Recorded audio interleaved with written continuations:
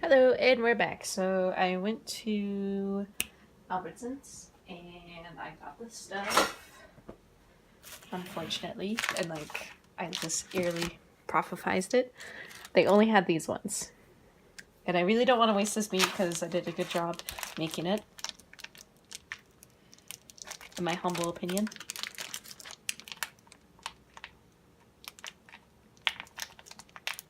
Oh my god, this is so hard to open. Stab it. Stab it with a fork. If you can't open stuff, just... Okay. So yeah, I'm gonna have to do the hobo thing and cut these babies into circles. But I don't have time for that. Ain't nobody got time for that. So I'll just... I don't know. It feels like a waste to,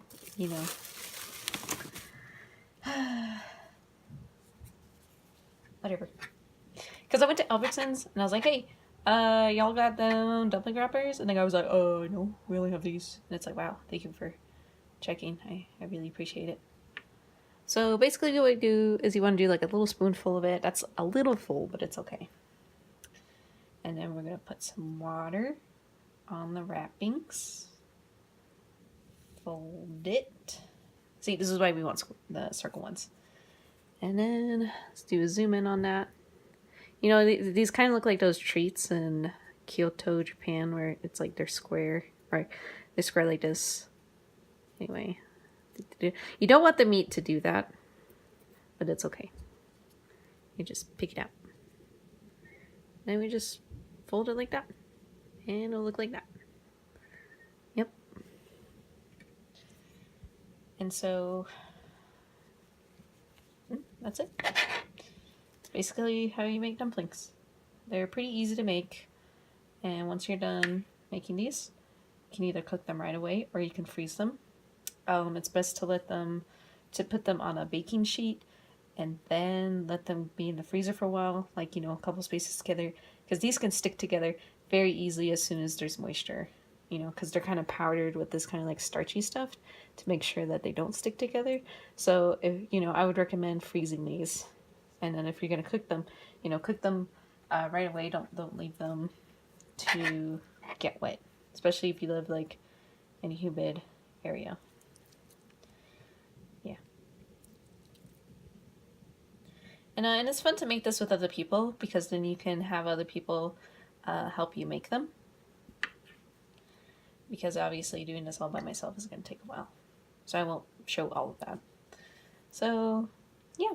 And that's how my friend taught me how to fold the sides. We just made them together. We had a Gyoza party.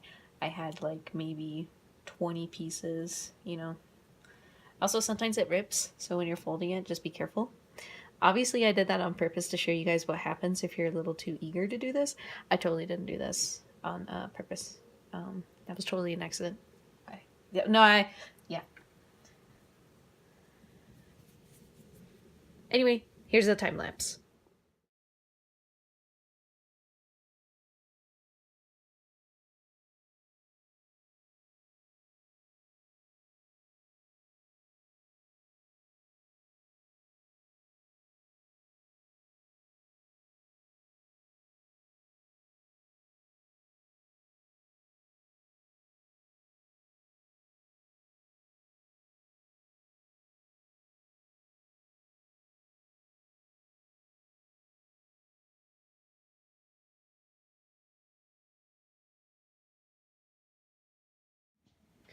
Okay, everyone, so I finished making the gyoza.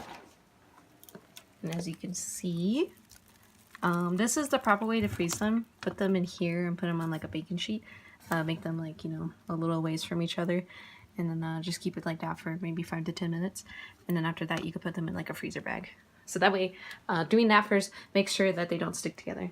And I'm not going to cook all of these. I'm just leaving them out. But we're going to move on how to cook them. So this can be a little scary because I hate frying things. Let's see.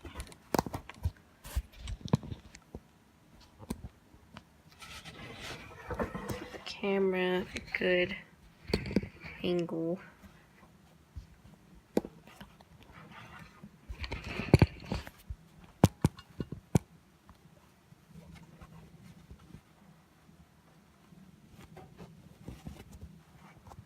Sorry guys.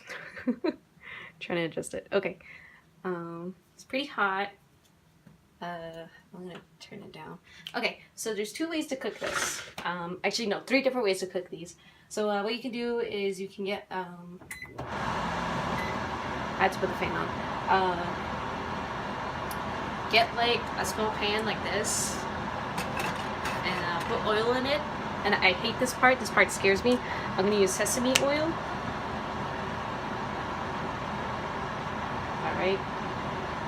Swirl it around town. And I'm scared, so I'm gonna put that over there. And then we're gonna put stuff in. And oh my god, I'm so scared. I hate frying things. I hate frying things.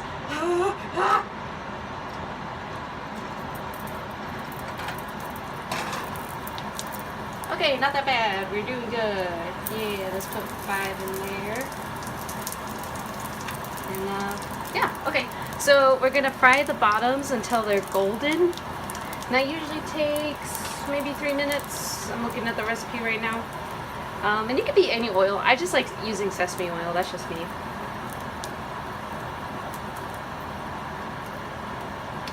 Okay, so if you're cooking 6 or 5, that amount is good.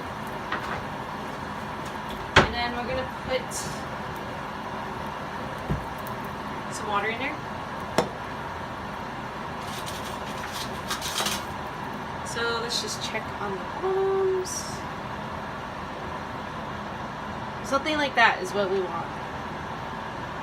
And then medium high is good. Now we put in the water. Oh my god. That's so scary.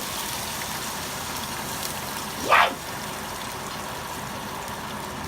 Okay, so the technique I'm doing is I fry them first and then I add water later. So fry it for maybe 2 to 3 minutes. That was pretty fast. Let's see. Immediately cover with lid. Let's see. Ooh, that lid is too tiny. I have another one.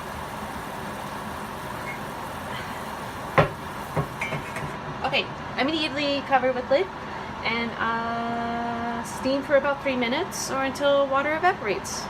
So yeah, I'll come back to it once it's done steaming. Okay, and we're back, and I'm gonna open this up just to show you guys what it's gonna look like, and then I'm gonna replace it real quick. Yeah, looking good. Okay, so this process is like frying and then steaming, and then you could just fry them if you want, and that's the variant that you often see. Sorry about the fan. That's the variant you often see in Chinese restaurants or in Japanese restaurants here in the US. But I think the best way to enjoy these are to fry the bottoms 3 minutes and then steam it. And then depending on how much you have, I would say for every 6 gyoza you have, maybe, you know, an additional 4 minutes. If you want it really well done, you could steam it more, you know, totally up to you. And or you could just steam them entirely or fry them entirely. You know, there's no wrong or right way to enjoy these things. Let's see. All right. So I'm just gonna leave it off for now and let the water evaporate completely. It's just it's just those areas in the background. Let's see. Okay, and then it says add more sesame oil. I don't know if I want to do that. I get scared. Yeah, I'll just leave it like that. Cook uncovered until the gyoza is nice and crisp on the bottom. Ah, no! No! No! Say goodbye to him. He got dropped twice. I'm so sorry. Oh, gross. There's a hair on there. I just dropped one of my gyoza and there was a gross hair on it. I'm so sad. This is what happens when you try to cook a video. Anyway, the gyoza's done. It looks good. I was a victim of my own folly.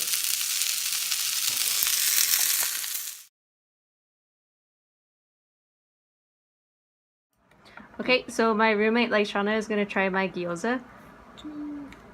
Let's see. Oh. Am I pinching too hard? It's okay. No, it's okay. It's going to be in your mouth anyway.